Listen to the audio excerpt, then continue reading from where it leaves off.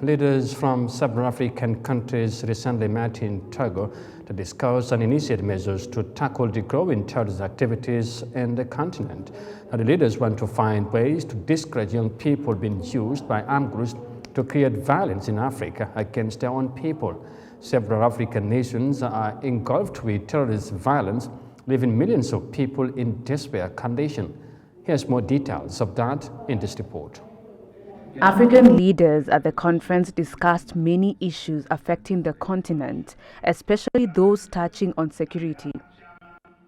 According to the leaders, many young Africans are being misled into joining violent extremist groups. We came to talk about the difficulties of young people facing violent extremism. Young people are the first victims of this scourge because they are used by terrorists. Many young people are idle. They do not have the means to provide their most basic needs.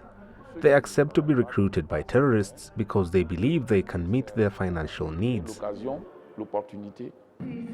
Poor governance, impunity, and porous borders, among other issues, have hampered military initiatives aimed at preventing the spread of terror groups in the Sahel region. Military responses have been given to a social and economic crisis, a crisis whose social, economic, and political aspect we have not mastered.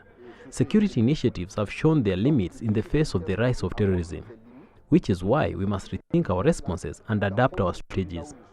The armed groups adapt to our responses. Today, terrorism has taken on a community aspect, so we must provide community and indigenous solutions. We are therefore here to see what strategy to implement so that youth are actors in the fight against terrorism and violent extremism.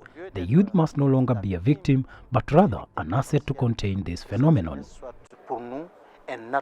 Millions across Africa have been displaced by terror attacks and insecurity. Violent extremism has caused problems in many African countries, leading to a serious economic challenge and social instability. Leaders at the summit in Togo hope to find ways to end the problem of terrorism on the continent.